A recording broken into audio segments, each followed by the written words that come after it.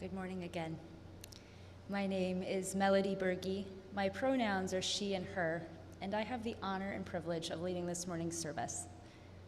I've been part of the First Unitarian community since 2016, and that choice has proven to be one of the most rewarding and significant experiences of my adult life so far. Through the upheaval and the tumult of the past several years, both personally and in the larger world, this community has provided support, encouragement, and a space to find healing. And from that place, I bring you this morning's topic of trauma. I want to say right away that I'm not a therapist, a trauma researcher, or an expert. This is a topic I've become interested and even passionate about, but the research I'll be sharing this morning is not my own. Much of what I'll be sharing comes from 3 books: Trauma by psychiatrist Paul Conti, What Happened to You by psychiatrist and professor Bruce D. Perry and Oprah Winfrey, who hardly needs an introduction, and The Body Keeps the Score by researcher, psychiatrist, and educator Bessel van der Kolk. This topic can be heavy, and I encourage you to take care of yourself accordingly. If you need to step away, step out, or turn off your video, please don't hesitate to do so. I'm talking about trauma this morning because statistics tell us that 3 out of 4 American adults have experienced at least one traumatic event, but it's not something we talk about easily or often. There's a certain stigma surrounding the topic, but failing to address it or discuss it does not lessen the impact it has. I will be sharing from my own experience, as well as unpacking some of the ways trauma impacts individuals and society, but it's not my intention to mention anything that will be traumatizing. If you are someone who's experienced trauma, my hope is that you will find validation for your experience and be reminded that you're not alone. If your experiences haven't included trauma, I hope you're able to gain a new sense of empathy and compassion for those who have. I'll never forget the moment I realized bad things could happen to those I love. My early memories of childhood are idyllic and probably romanticized, but I was privileged to grow up in a loving family, surrounded by pets and all the adventures my child heart could contain. I was fortunate to have such a beginning, but that all changed the year I was 9. On a family trip, I overheard my mother telling a close friend about her cancer diagnosis.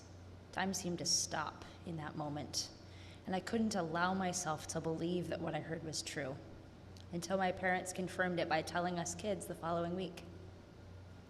My mother underwent various treatments over the next 2.5 years and then passed away when I was 12, an event that continues to shape my life. Through that and other experiences, I felt the impacts of trauma in my life.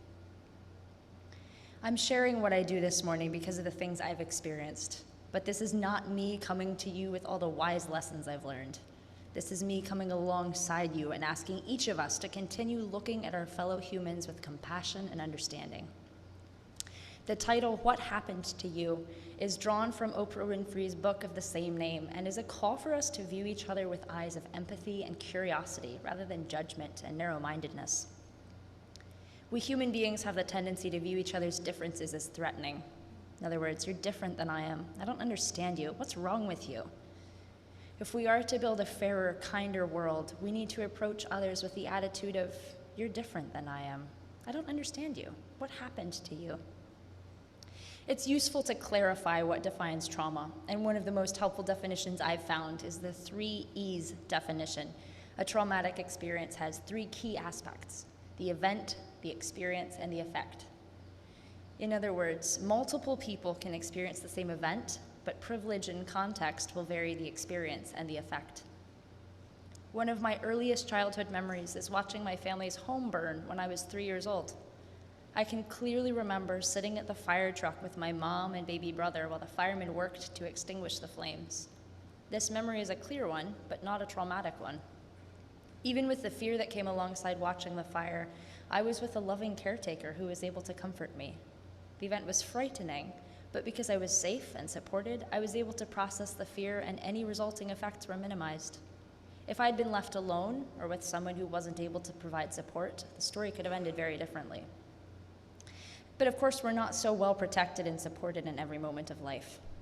Trauma can be caused by childhood abuse or neglect, war and other forms of violence, physical or emotional abuse, accidents or natural disasters, a stifling religious environment, grief and loss, medical interventions, witnessing acts of violence, cultural, generational, and historical trauma. Trauma comes in many forms and can happen to any of us, regardless of age, social status, religious beliefs, or upbringing. But it has a particularly devastating effect on those who lack a solid support system. In today's world, your zip code, even more than your genetic code, determines whether you will lead a safe and healthy life. People's income, family structure, housing, employment, and educational opportunities affect not only their risk of developing traumatic stress, but also their access to effective help. Poverty, unemployment, inferior schools, social isolation, widespread availability of guns, and substandard housing are all breeding grounds for trauma. But none of us are exempt from the impacts that it has on all of us. One of the most stunning details of the recent shooting in Uvalde, Texas, is that the shooter was an 18-year-old, barely more than a child himself. Certainly the question of mental health and gun regulation is worth discussing. But to me, these acts of violence that have become all too common point to a systemic problem that goes deeper than the law.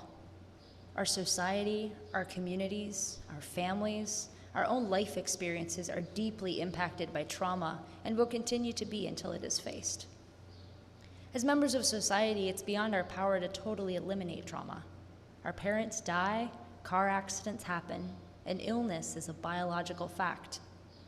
That being said, we can do a much better job at preventing unnecessary trauma from killing us and even from taking hold of us in the first place. A bitterly divisive social environment is the nemesis of trauma prevention. The social erosion of compassion, community, and humanity has paved the way for more trauma that weakens the very foundation of our country. There are powerful forces that divide us, but I believe the forces that unite us are even stronger. Some of us have definitely suffered more than others, but trauma does remarkably similar things to people no matter who we are. In a strange way, trauma is what divides us, but it's also what unites us all. And trauma is harmful enough to affect the children of the future, children who aren't even imagined yet, let alone born. It can define how genetic characteristics are passed on, meaning that the consequences of trauma are being written into our future genetic code today. There are countless millions of adults carrying that hurt through their lives, their jobs, their relationships, and then passing it on to their children. And those adults may not even realize what happened to them. Not only do they not realize what happened, but their partners, doctors, and work colleagues don't either. The effects of trauma stretch far and wide across generations and communities, and it's important to always come back to the central question with compassion. What happened to you? So where does this leave us, really? I've just painted a pretty bleak picture of the human condition. And in light of recent events socially and politically, it's really easy to feel as if we're all doomed. But I'd like to offer that this is exactly why communities like First Unitarian are so deeply needed in today's world. The second principle of Unitarian faith supports justice, equity, and compassion in human relations. And the seventh principle calls us to respect the interdependent web of all existence of which we are a part. Not only are we impacted by the events around us, we willingly choose to notice and honor the interdependence with humanity that our faith asks of us. Our community is a support network for its members, reaching out to the wider world. And finding community is vital if we want to address the effects of trauma in our lives and the lives of others. Our world has become relationally impoverished. We live in environments where we see fewer people. And even when we do see people and engage in conversation, we struggle to truly listen to each other or be fully present. And this disconnection is making us more vulnerable. As a society, we're becoming more sensitive to anything that feels potentially threatening, such as a person with a different political opinion. We're losing the ability to calmly consider someone else's opinion, reflect, and attempt to see things from their point of view.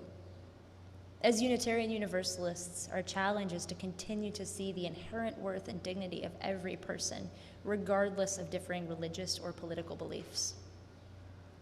I was raised in a strict religious family that valued conformity to the group over individual expression and held deeply entrenched beliefs about modern culture. To date, I am the only one of my family members who doesn't consider themselves some type of evangelical Christian. It has been the journey of my adult life to unpack the religious trauma I experienced and reclaim my faith for myself. I disagree with many of my family members on political and social issues, and yet I've worked to maintain a relationship with most of them. Why? Because I believe deeply that there's power in finding commonality apart from differences, and my experience has shown that there's incredible healing to be found in facing the difficulties and fears of my past. This is not to say that abuse should be tolerated, and there are certainly times when cutting ties with others is the wiser choice. But in my experience, choosing to find the love and connection that exists despite differences has led to finding a strength I would otherwise have missed. Recent years have exposed us all to so many issues that threaten to divide us. An American presidency that led to ongoing international unrest, a global pandemic, the largest reckoning of civil rights and justice my generation has faced, an insurrection in our capital city that seems to threaten the very fabric of our democracy, the overturning of established abortion and civil rights and the precedent it sets. Ours is a time of turmoil and unrest. Within this framework is the temptation to close our minds and hearts to those on the other side who believe differently from us. How many of us can honestly say we've had a recent discussion with someone who completely differs from us politically? Someone who hasn't and will not get the COVID-19 vaccine? Someone who supported the overturning of Roe v. Wade? I'm not saying we need to like or agree with any of these people, but we are losing our ability to not only coexist, but to listen to each other's stories. And the details of whom and how we engage will differ for each of us, of course, but the ability to hold space and truly listen to those we disagree with is a key part of healing the impacts of societal trauma and unrest. Conversation promotes resilience. Discussions and arguments over family dinners and mildly heated conversations with friends are, as long as there is repair, resilience building and empathy growing experiences. We shouldn't just be walking away from a conversation in rage. We can learn to regulate ourselves and get better at listening and reflecting. This requires the capacity to be patient and hold space for another's experience. Stable human interactions involve efforts to understand people who are different from you. Pleasant, positive moments are wonderful, of course, but true growth comes from the tougher moments and more difficult conversations. And we need to approach these moments with an awareness of what happened to you. This can all be rooted in the love and support of our community. I've only had the ability to listen and connect with my family and others from my religious upbringing because the community at First Unitarian has consistently given me the space to question, struggle, and be fully accepted as I am. I cannot overstate the importance of finding community for yourself in this work.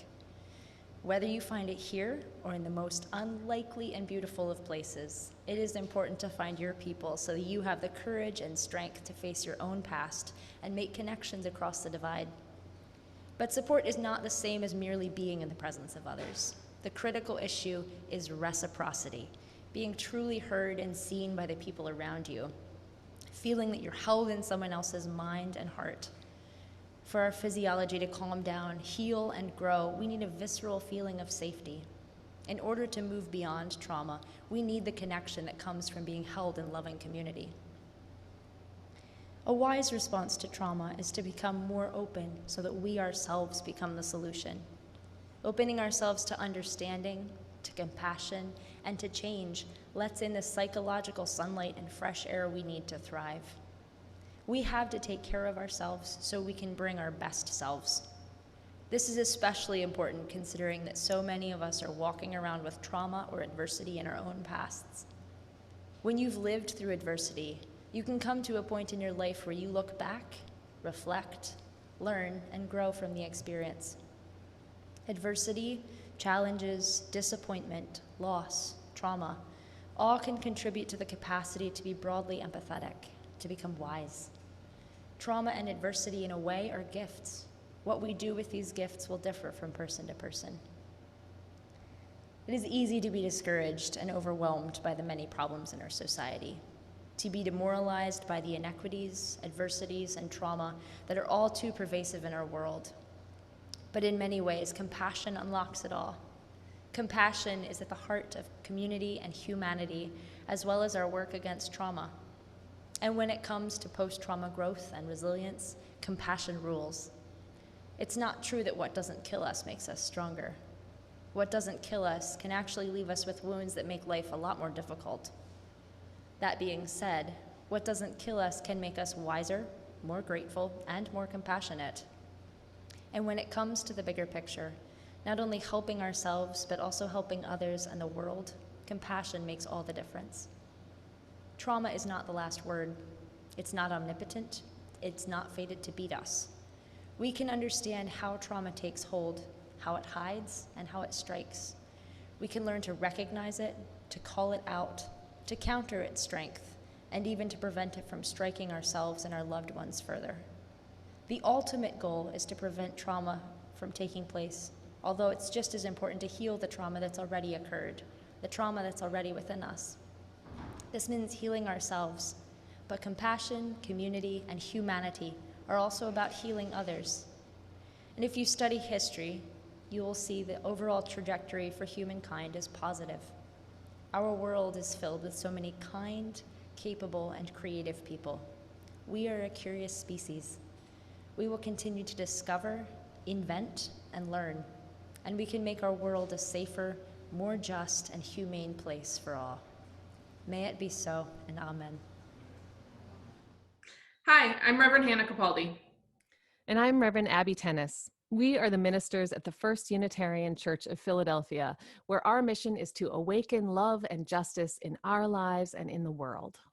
We're so grateful that you watched, and we hope that the sermon connected with your soul. We also want to invite you to join us for a live worship service every Sunday at 11 a.m. Eastern Time. You can always find the link to that service on our website at www.philauu.org. In these services, you'll hear words like you've just heard, and you also get a chance to greet one another, pray together, sing together, and we even hold a virtual coffee hour after services to get a chance to greet some new and old friends. If you want to support the mission of this community and you feel moved to give, you can do so by going to the website that Reverend Abby just mentioned. You can find that link below, or you can text 215-709-5095 and follow the prompts to give. If someone in your life needs to hear these words today, we encourage you to share this video. And again, thank you so much for watching. We hope to see you soon.